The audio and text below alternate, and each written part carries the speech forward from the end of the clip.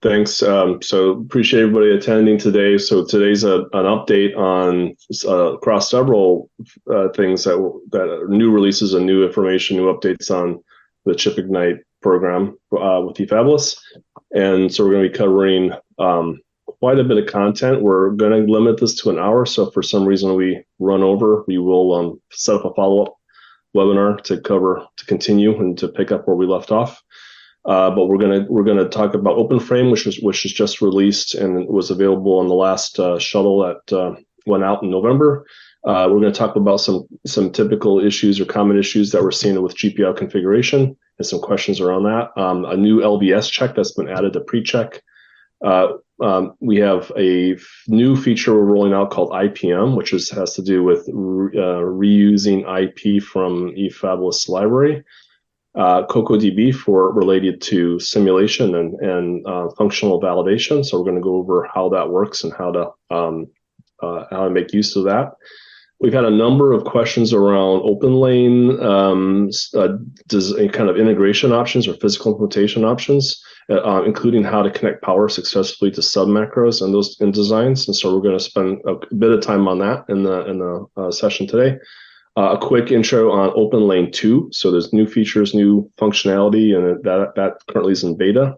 So and then just a quick touch on the current Open MPW shuttle sponsored by Google, as well as a call out for a new program we're rolling out regarding tech support.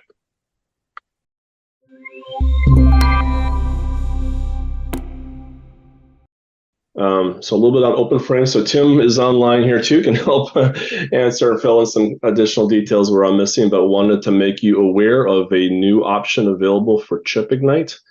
We were calling this OpenFrame, and what it does is it basically presents a version of the Caravel or the previous frame that you would design into, but removes the management area, right? So it makes the entire area within the frame available for the user design content. That basically expands the overall area to about 5.9 by 3.2 millimeters. All the pads on the frame are exactly the same, identical to previous Caravel, other versions of Caravel. So that means all the GPIOs and power and ground connections are all the same.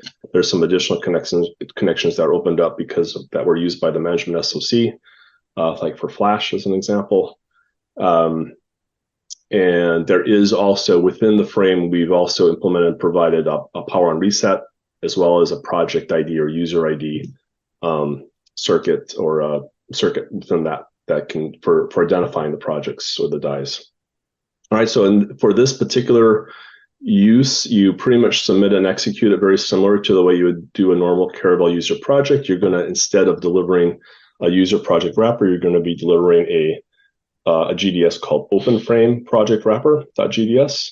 And that will have on its periphery, it will have all the pins that connect to the rest of the pad frame. It's supported by both pre-check and tape out, so you would be using that the same way you normally do for a regular Caravel design. And there's an example project we point you to if you want to take a look and get started or want to evaluate kind of what's there. I recommend taking a look at this project under the Efabless organization on GitHub called OpenFrame Timer Example. All right, so just a few considerations. You can see here's an example in the picture graphic to the right here showing an example of a design implemented in OpenFrame. This is, I think Tim did the design for this is basically a SoC based on Pico RV32. And so you can see even that doesn't take over that much area within that overall frame. So just a few considerations. So we really would guide that this is you probably want to have some level of experience and expertise to be able to use this successfully. One of the particular points that you need to pay attention to is configuration of the GPIO pads. So you really do need to understand how those GPIO pads work. There's a number of signals that I'm kind of showing here at the top that all need to be configured properly in order for those to function, in order for your signals to propagate, depending on how you're using the pads, whether digital or analog. So you need to be able to dig into those and make sure that those are configured correctly. We do have some documentation and guidance out there, but it's but it's definitely much more involved. There's no automated programming, or there's no automated defaults on power on for the pads. So if you don't get them connected correctly, your design won't work, right? All the power PIDs are all the same. Of course, there's more flexibility now. There's more, more domains that are available for use. So there's 3 analog, what was previously analog domains. There's 3 domains from BDDA, BDDA1 and BDDA2. They're all intended to operate around 3.3. They can range in value up to about 5.5 volts, depending on your design requirements. There's 3 digital domains. 2 of those have some flexibility to operate. They should all stay technically under 2 volts, less or equal to 2 volts. So because of voltage clamps that are tied to those, but they could operate potentially higher than that. The VCCD voltage domain is also used by the pad frame for the logic within the pad frame and within the IOs. So that needs to run. That should definitely not run higher than 2 volts. It is, for this design, when you implement at that large area, you are going to likely run into compute and runtime, issues that the compute and the runtime can take. More compute resources may be required to successfully implement your design. Runtimes will be a lot longer. File sizes could be significantly larger. So those are all factors you need to be aware of going in. And there's currently no bare pad version of the OpenFrame like we have for Caravan, although I expect we will be doing an announcement in the future around some support for that. So if you have an analog or a high-speed, a design that requires high-speed signaling, then that still could be a challenge with what's available currently with OpenFrame that we have today. All right. Anything I missed, Tim, on that, or you wanted to add? Well, there was one question from Andrea Missa, who asked if there is any kind of OpenFrame for Caravan or something similar like that, where you don't have, or where you have some analog capability. And the answer is not yet. Certainly something I would like to do and have not had time to do it yet. Ideally, it would be something eventually in which you can choose the GPIO, whether you want analog or digital or maybe even something else, but that is not in place yet. So yeah, it's going to be it is analog in the sense that you can use any of these GPIOs for analog functions as long as it's not terrifically high speed or over voltage or under voltage. So as long as you're sticking in the normal range of around 100 megahertz max and 0 to 3.3 volts, then you can use this for analog. Okay, we can go ahead and move on if there's nothing else.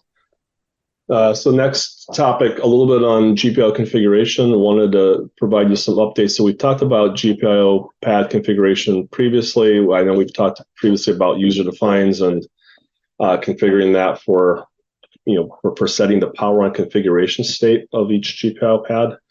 But just to reiterate and highlight that for digital connections to pads, there's a 3-wire interface, right? There's an input and an output, but also very importantly, there's an OEB, an enable signal. That IO OEB signal must be connected for every pad that's used as a digital input or output, right? So if it's not connected, it won't function. You won't be able to propagate signals through the pad if it's not connected. So it's very important that is connected. The signal on that is inverted, right? So the sense is inverted, so that a high, tying that high means that it's an input, and tying it low is an output. And also recommended, if you're going to use a pad for analog signaling, that you tie that high as an input, so you disable the output driver on the pad. There is a new check in pre-check that verifies and checks to see if you connected it. And so it'll go and examine your design and see if you connected to either the input or the output digital signals, then ensuring that the IOB is also connected and connected appropriately, either high or low, or to logic in the case you're using it bidirectionally. In order for that check to work, you need to complete and provide an LVS config.json file that's homed under a subdirectory here called LVS user project wrapper. I have an example of that to the right. We're going to talk about that a little bit more in the next slide as we talk about LVS in general. Again, this is what we're talking about right now is independent of user defines. So user defines the power on state for a GPIO pad. This is related to the user project or your user's area signaling to the GPIO pad, and it's particularly if you're using it as a digital signal or a digital as a digital pad. One other note, I guess I have a little typo here, but one other note is if you're going to use if you have a pad set up as a digital input with a pull up or pull down termination, I should say pull up or pull down, you must drive IO out accordingly, right? So the way those pads work is if you configured the pad as an input, let's say with a pull-up resistor, you need to drive IO out high, right? And vice versa. If you configured it with a pull down, it's a pull down termination, then you need to drive it low in order for that to function properly. Okay, I'm going to move on. We've got one question from Naveen saying, are open drain configurations possible? Can you speak to that, Tim? Yes, they are.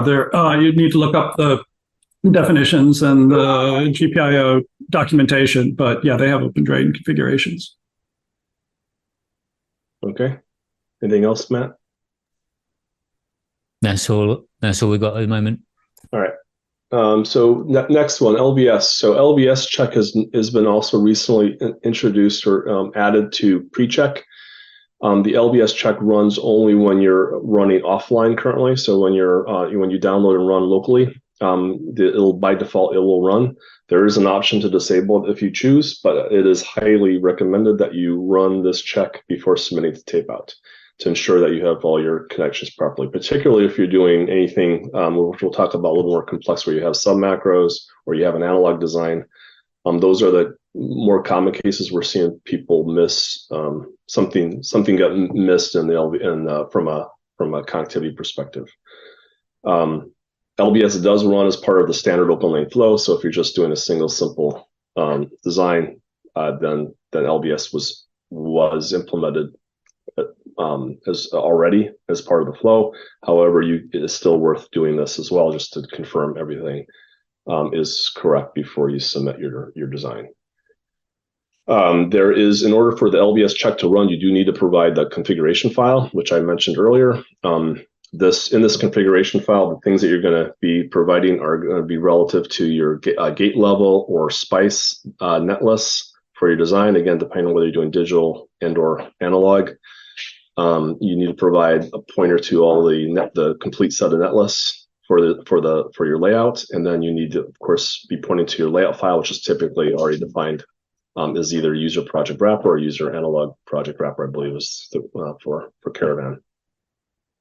Or OpenFrame, I believe, would work as well, I think, on this. Someone has to, maybe Mitch or someone can confirm. Yeah. It does. Okay, great.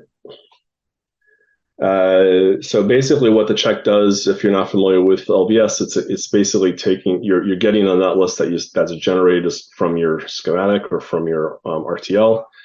And that's done through the physical quotation or through the schematic capture portion of your design, and then we're taking the GDS or the layout, and we're running that through an extraction process where a net list is extracted from the layout, and then that's matched to confirm that everything matches up, right? Both in terms of the number of nets and number of devices in both layouts.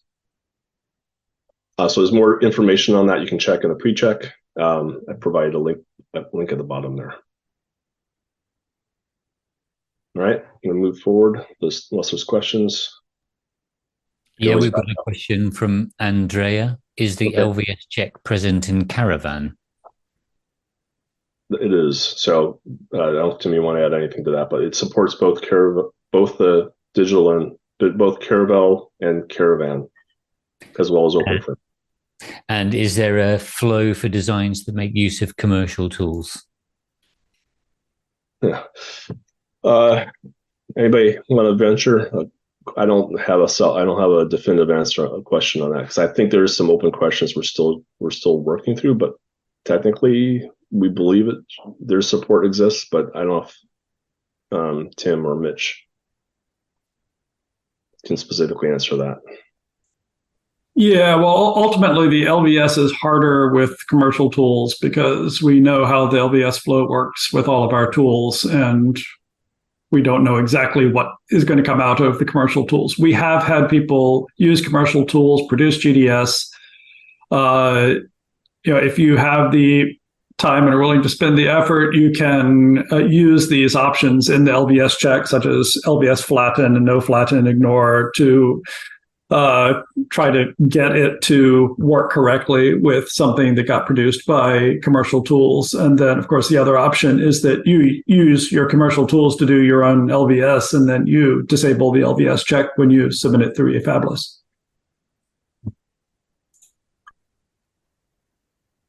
Nice. Yeah, thanks, Tim. And yeah, so and like I said, we have actually had people do this or try to work through this. But again, we'll probably provide some additional follow-up on specifically on this question going forward. All right. Anything else, Matt? Anonymous attendee says, is it limited size for LVS to work properly? Not sure if I understand that question. Well, it's limited size for LVS to work fast, but if LVS is done hierarchically, or if the layout is done hierarchically, then LVS should be reasonably fast and compact, no matter how large the design is. Okay. Yeah, I mean, definitely that. Per my earlier comment too, if you're doing an OpenFrame design, you have a lot more logic, a lot larger file sizes to work through. These checks take longer. We've run plenty of full OpenFrame size designs through LVS, so there's no problem with do the tools work or not, if that's the question. Yeah.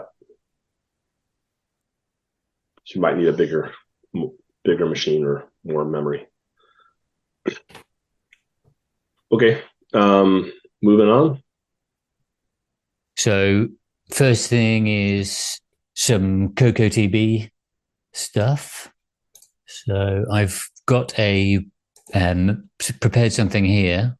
So if you want to try this out, this is a demonstration of using the new Cocotb infrastructure with Caravel. And a lot of people ask about Wishbone, so I did a Wishbone demo. If you want to find out more about what support there is for you so far, we've got a quick start guide, and then there's essentially two sides of it. There's a Python API for writing your Cocotb test benches, and then there's the C side of things. And between the two of them, that lets you more easily write test benches. If you're not familiar with Cocotb, it's a way of writing a test bench without using Verilog. And there's the Cocotb page here. I've been a long time fan, so I was very pleased to see it arrive. So in this demonstration, we've got the Cocotb test bench, and it talks to Caravel and synchronizes via the management GPIO, and then it writes information into some button inputs and then reads some information out on the LEDs. So over here, I'm in Caravel user project. And I've cloned that directory here inside RTL and instantiated it. So there's instructions to show how to do that. But I'm going to go into DV, and then in Cocotb, we've got this new directory called Cocotb. You have to add the test to this file here, Cocotb tests. And then we've got this new Wishbone test that I've just added.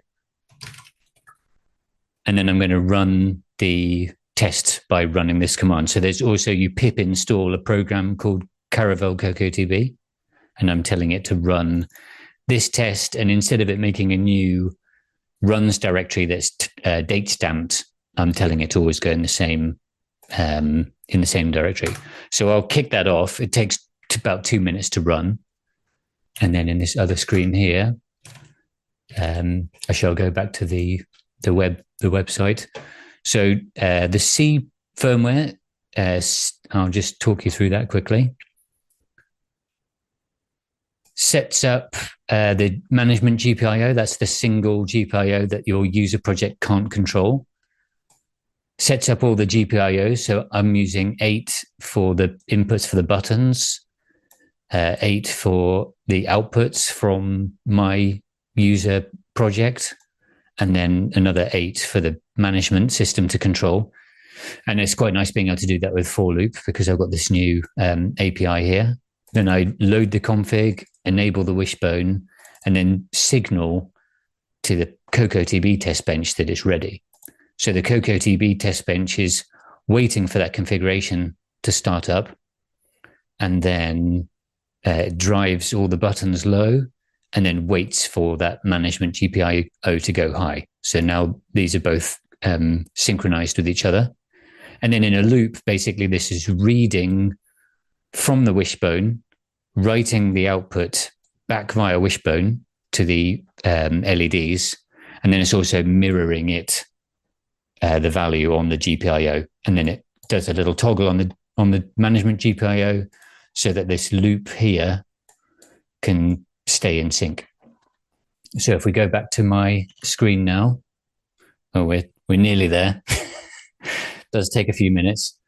Then let's see what happens. So then it just reads the LEDs from a subset of the GPIOs and the GPIOs as well, and then it asserts that they're all matching in my for loop. And here we go. So we've got the buttons going in, then the LEDs get mirrored, and that all happens through the wishbone. And then we have a trace. So I can load that with GTK Wave.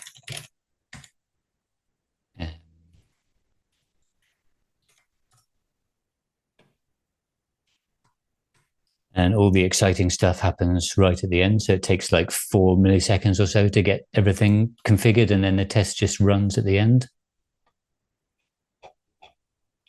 And then we can see here on the wishbone acknowledge, we're getting a read and a write for every time the button inputs get changed. And then up here, the LEDs and the buttons are cycling through the what the Python test bench is controlling.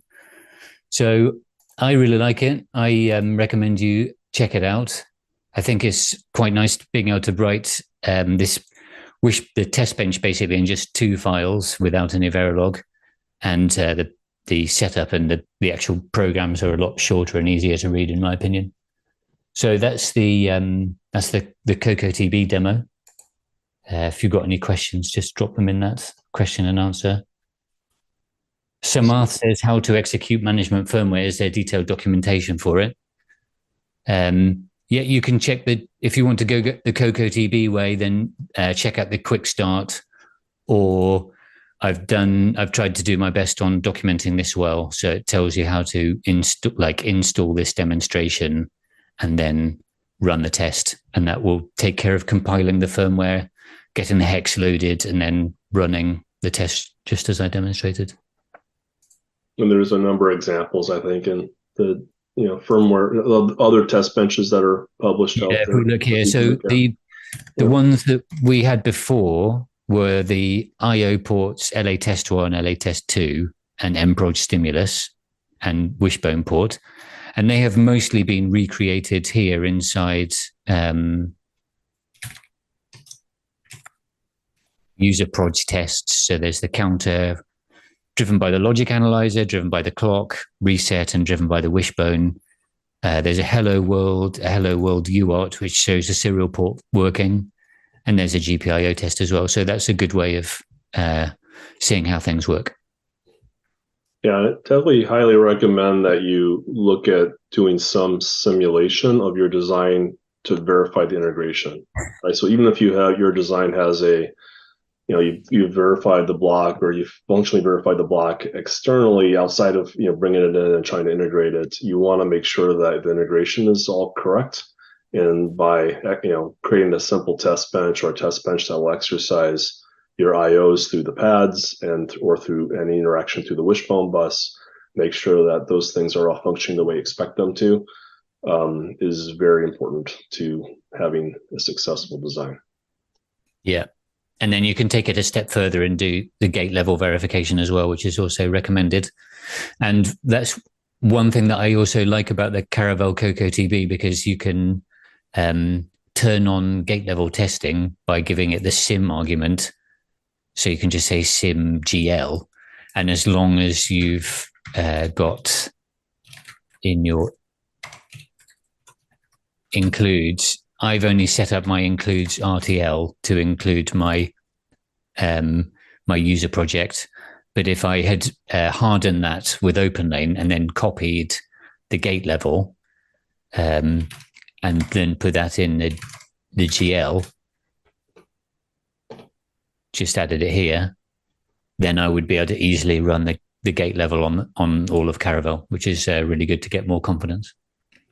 Yeah, and if you're coming from like an FPGA background, there are common issues you will see potentially when you're implementing an ASIC have to do with reset state of signals. Mm-hmm. So you will not.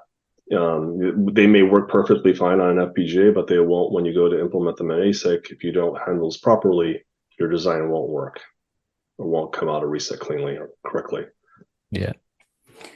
Okay, so question from Alexander is it possible to synchronize tests? So yeah, I tried to show that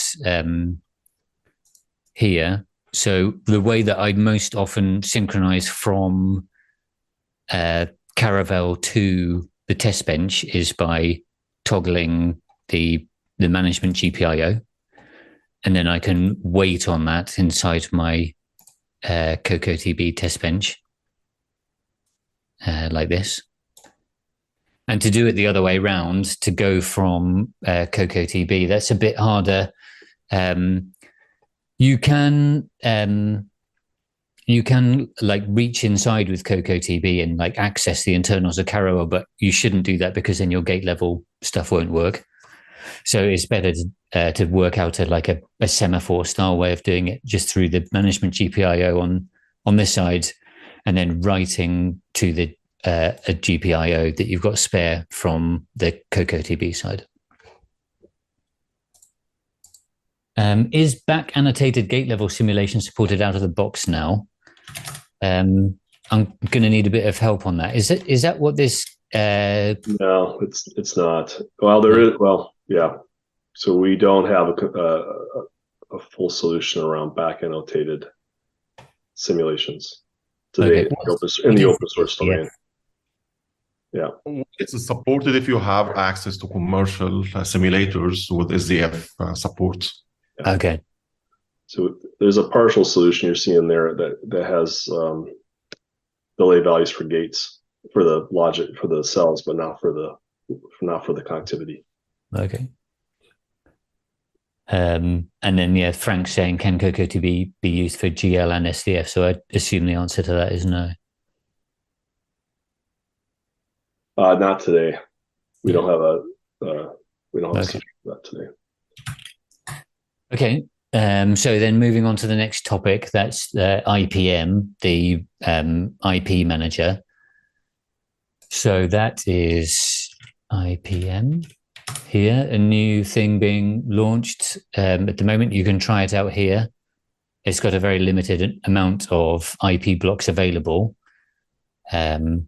But we do have some in platform efabless.com/design catalog.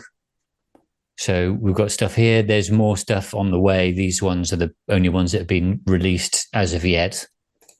And then after you've installed IPM, oops. I can do ls remote, and you'll see the full list of IP. So if you try this out, you're probably only going to see these DFF RAMs because they're the ones that have been released so far. And then what else have we got here? I can list locally installed ones. So I've already installed one of these DFF RAMs. Let me just, there we go, the 128. So I'll show you how to install another one. So I can do IPM install. And let's go with the 256 by 32.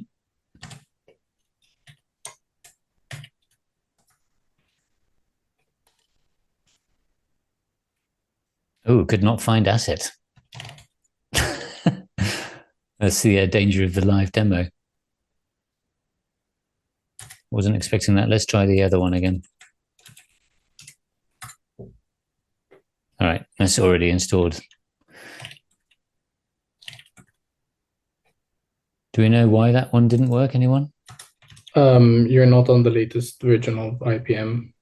I just updated it today.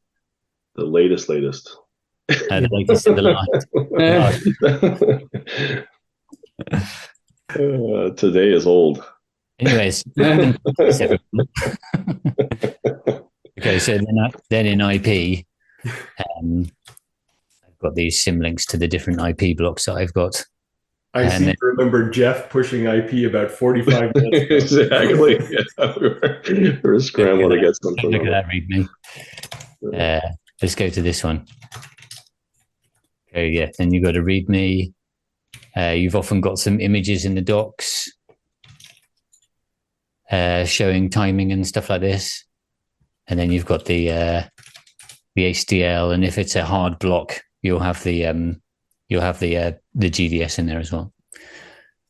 So that's a work in progress, but that's showing some things to come. And Sahil Khan is asking, can we contribute to IP? We are going to enable a process for that. Yes. Actively soliciting suggestions and contributions. Yes. Yeah. So there's a section here in the README about adding your IP to IPM. And we'll probably also start a new channel on the Slack. Yeah, I mean, we're going to have a process to publish IP where you would submit through Efabless. That will be coming out in the near future. But definitely, if you have an interest or you have IP, reach out to us, and we will talk you. We'll work with you on how to get it available. The other thing on that DFF RAM, so that's just for a number of people looking to implement memory in their designs. There is an OpenRAM, and a number of people have been using OpenRAM in the past. We've implemented and been using DFF RAM here in the short haul to be in the interim while we're working to continue to address some improvements that are being implemented for OpenRAM. Those aren't quite implemented or available or released yet. So in the interim, we do recommend people who don't need a significant amount of memory use DFF RAM for your designs. That is going to be the most robust solution that we have available currently at this time. And we'll provide more follow-on documentation with examples of how to do that. Okay, so the next topic, a little more meaty, probably the last meaty topic I have here for the session, but we're going to talk a little bit about physical implementation options. And so we've had a number of questions from folks who are trying to implement or aren't, especially if they're coming in somewhat new, on providing guidance on how to implement their design and instantiate that in the user project wrapper. We're outlining 3 options. These 3 options are also what you'll find in some of the documentation for Caravel user project. But they're the 3 kind of options we're going to talk about today. The first one is basically implementing your design as a hard macro at the top level without any standard cells at the top, right? And that is actually the default kind of example that you get when you clone Caravel user project and you look at the example that's been implemented. That's exactly what's been implemented there. The second option is where you take all your RTL for your design and you flatten it, you implement it all at the top level in the wrapper. And there's some, obviously some pros and cons of that. And then the third option is where you pre-harden a number parts of your design as hard macros, and then you instantiate those at the top level, but you include standard cells at the top level to optimize the design. All right. So level one, I'm going to come back to this table at the end because it'll probably make a little more sense as we talk through each of those options. And we'll discuss kind of where and why you use each. All right, so again, this is what this first one looks like. This is the Caravel user project example. The blue here is basically the implementation of the submacro design, and then it's only using a portion of the design that's instantiated at the top level, and the top level is just basically got power routing to and signaling from the ports or pins on the submacro to the external pins on the wrapper. All right. One of the advantages for doing this is that you keep the amount of effort to kind of implement or harden your macro smaller, right? Because that will be proportional to the size of that macro and proportional to the amount of logic you have in the design. So if you have a relatively smaller amount of logic, you can implement that in a smaller area. That means your run times will be a lot faster, right? And you can iterate more easy, quickly, and your file sizes will be smaller, and your final verification checks will be faster, etc. Right? And that is the reason why we have that as the default. It's just easy for someone to implement a simple design and see it work, and then kind of go from there to something more complex. The trade-offs is since we have no standard cells at the top level, that is going to impact our ability to optimize timing, and also will affect other things like long wires and antenna checks and some other things that you may see as a result. You will see that you can do things like play with where your macro goes and kind of the aspect ratio of your macro to optimize or minimize some of that. So in this case, this design is heavily using the wishbone bus. Therefore, the macro is positioned close to the wishbone bus, and it's extended kind of across the area where the pins to the wishbone bus on the user project wrapper are, in order to minimize those paths, those lengths of those connections, right? And minimize any impact on timing, related to timing closure for those for the design. You may have other issues where you're more concerned around connections to IO pads, and you want to position, closer to the pins for particular IO pads that you're using, right? So that's just another thing to think about as you're considering this approach. Second approach. So this is just if you're implementing this method. There's a number of examples, including the Caravel user project example. The key parameters that you want, or variables that you need to implement in your config.json for the user project wrapper are shown here, right? So this is so these are the key ones that you need to have set correctly in order for that to implement that. One of the I'm trying to think if there's anything I will comment specifically. Like the ones most specifically is that the synth elaborate only is set to 1. On the PDM enable rails is set to 0. This means that you don't have any standard cells at the top level. You don't need any power for those standard cells, so that's disabled. There's no fill insertion, right? So you're not populating the area with a bunch of decap or fill cells that fill up the entire area.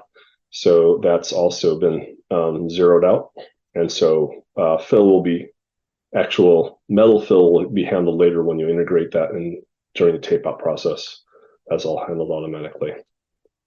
And a lot of the optimizations for placing and sizing are all disabled because there's no standard cells at the top level. All right.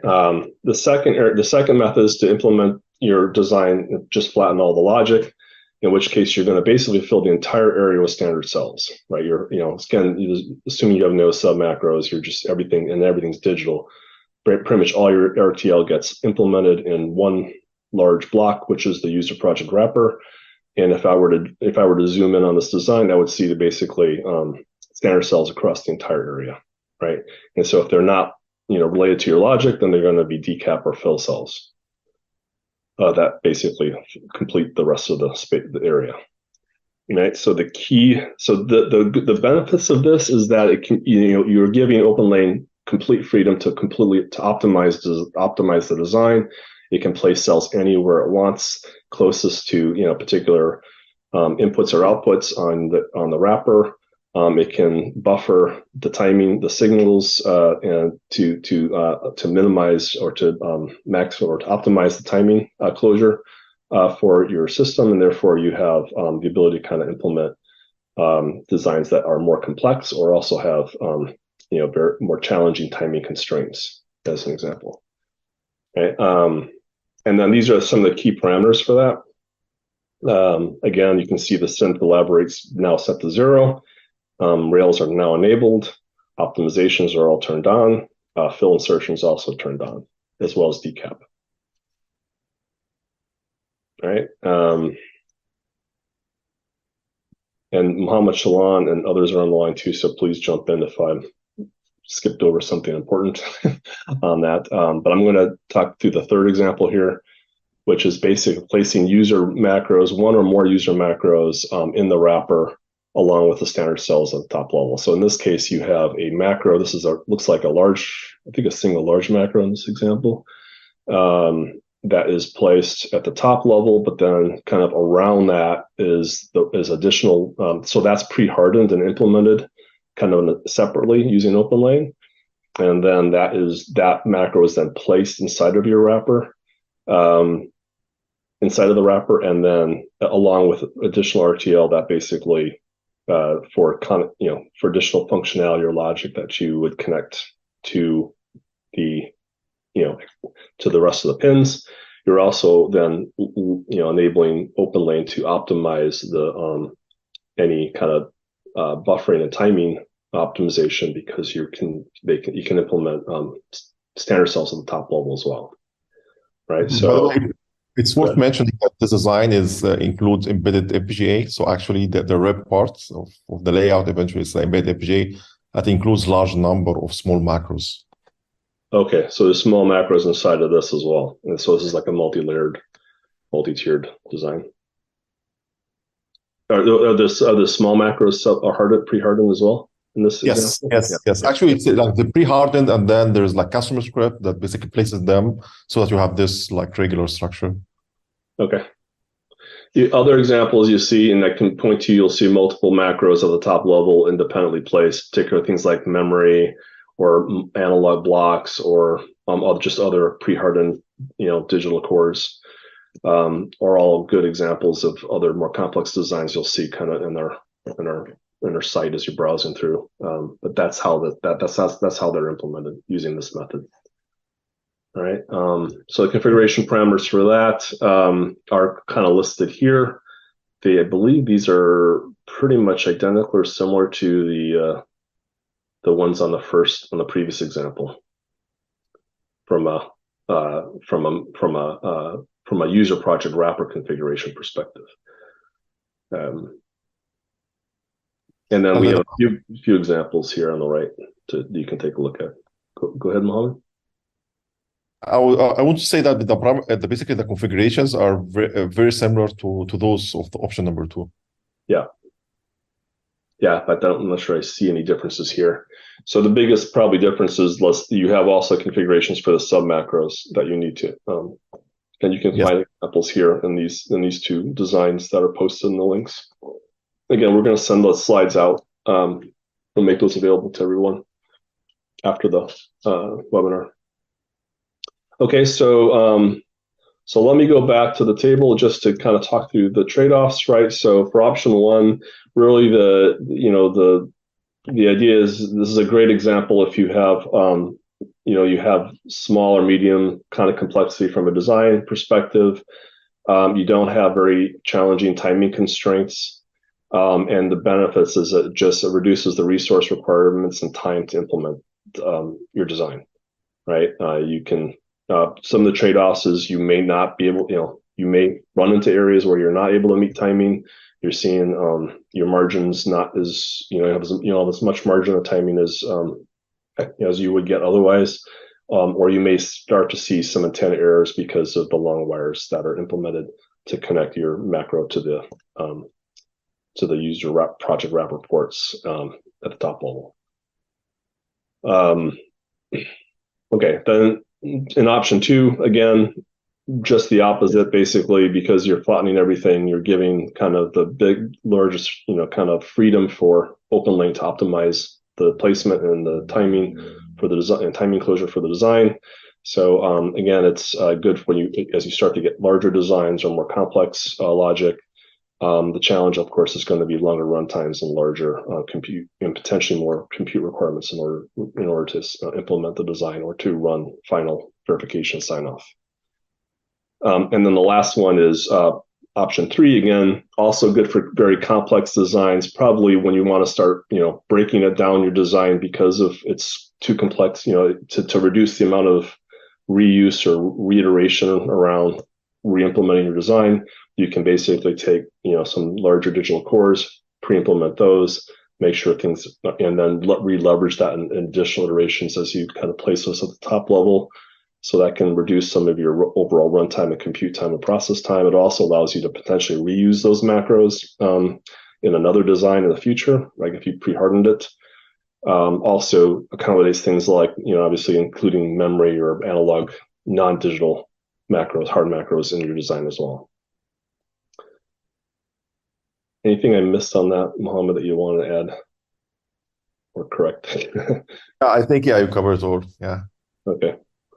Great. Okay, so the other topic we want to talk a little about is power connections. So we've had a number of people. Give you a heads up, you've got about 6 minutes left before the top of the hour. Okay. All right. Well, maybe I'll kind of go, because I get a little bit of content of this, so this may deserve a follow-up. I'm going to send the slides out, and I'll just give you a kind of brief flyby to understand, what kind of what we're covering here. But it basically, as you start to look at the previous options I just mentioned, one of the considerations when you're implementing multiple macros inside of a design is making sure you have power connectivity to those macros, right? And there's really, obviously, if you're just flattening everything, then there's that's usually not an issue.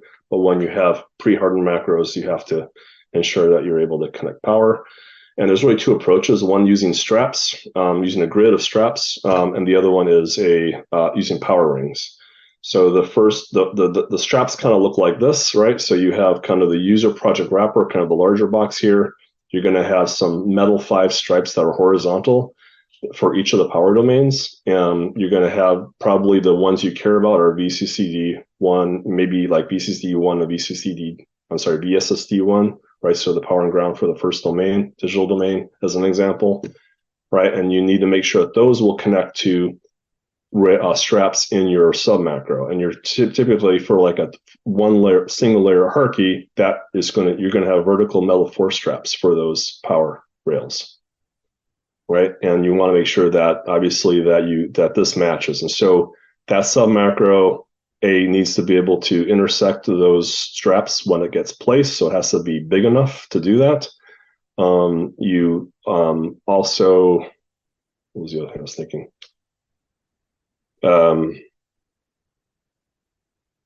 The other thing is you need to make sure that within your configuration, there's a couple of things to ensure that those connections get made by OpenLane. One of them is you need to have use power pins enabled on the Verilog for your sub macro, right?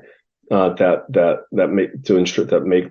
make that connection. You also need to include in your JSON, your config.json, you need to include the macro hooks for the hooks, and this mproj where you see right here is the instance name of the sub macro that's getting placed or implemented in the wrapper. Right, so you need to have that name correct, and you need to then call out the pins that you're using, and you can look up the details for the documentation on this in terms of exactly what the format of this string is. But that's what essentially it's doing. Sub macro must be large enough. Okay, and then there's some other considerations like you may run into where you need to further customize that. We'll talk about kind of in the follow-on webinar. Update.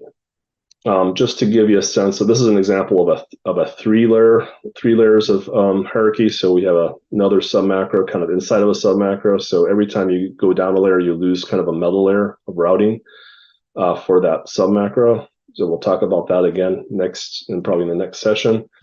But just to give you an idea, this is what a kind of a ringed implementation looks like. So here we're implementing the power rails as rings around the periphery, and we're connecting to those via the straps at the top level. This allows you to kind of use all metal layers inside of those rings, though. So that's the kind of one of the big advantages of that. So you don't lose routing as you implement macros or nest macros inside of macros. And then there's a little bit more of instructions around kind of how that gets implemented. Again, we'll follow up more on that in the next session. And this is just a more complex example where you have a nested macros and what that would look like. All right, so and then there's some examples of configuration options, right? Again, we're going to cover this in another session because I think we're a little bit out of time to do that adequately. The last two things I wanted to bring up one is we have an OpenLane2 available in beta, and some of the significant features around that include kind of a significant re-architecture redesign that provides a number of new capabilities. Most notably, it's a Python driven, so it's shifting away from Tcl to Python. And providing a lot more familiarity and flexibility and ease of use related to that. There's also quite a bit of extensibility built in around that to allow you to customize the flow. It is backwards compatible with OpenLane1, so if you have an OpenLane1 design, it will work with OpenLane2. And there is going to be some future support coming for commercial EDA tools that will be announcing in the future, as well as public APIs to kind of build custom flows. So I would encourage you to go check that out, our GitHub Efabless OpenLane2 repo. And if you want to try it out, you can absolutely welcome to do that. It is still in beta, so we have the only silicon that we have built with this is still in fab. We don't have anything back with that's yet that we've been brought through testing and verified. But we do have some people already trying it and using it for some prototyping. All right. Secondly, the Google Shuttle is open. If you haven't heard about it, it's again, this is a continuation of the GF180 program sponsored by Google. This is the follow-on shuttle that was planned. It is open now and closing on December 11th. And again, encourage you to go check out more information at the link below. And then I'm going to turn it back to you, Matt, on a couple. You have one more. Yeah. So I just wanted to end on a new program. Let me. I don't think I need to share my screen actually. Where we want to recruit more people from the community to help out with like a paid technical support program. So if you have done a tape out and you know Caravel and you've been on the Slack and answering and posting questions for a little while, you kind of know what you're doing, and you're interested to get paid to help chip ignite customers, then look out for a post from us soon. We've got an application form. You can fill out the questionnaire. It should take about half an hour to an hour to fill in, and then we'll be inviting maybe the top 10 or 20 people to interview, and then we'll take it from there. So if that sounds interesting, then feel free to get in touch with me directly. Send me a direct message on the Slack, and I'll be posting more formal information about it soon over on the Slack, and we'll probably put it up on the website as well. So that's it. That's a wrap, I think. Thanks everyone for joining today. We're just over the top of the hour, so we won't have any more questions now, but we'll have a follow-up webinar coming up soon to touch on the rest of the stuff. So thanks for the claps and the emojis. Good to see a lot of faces here, the usual suspects. Thanks very much for joining, and we'll see you on the next time. Bye-bye.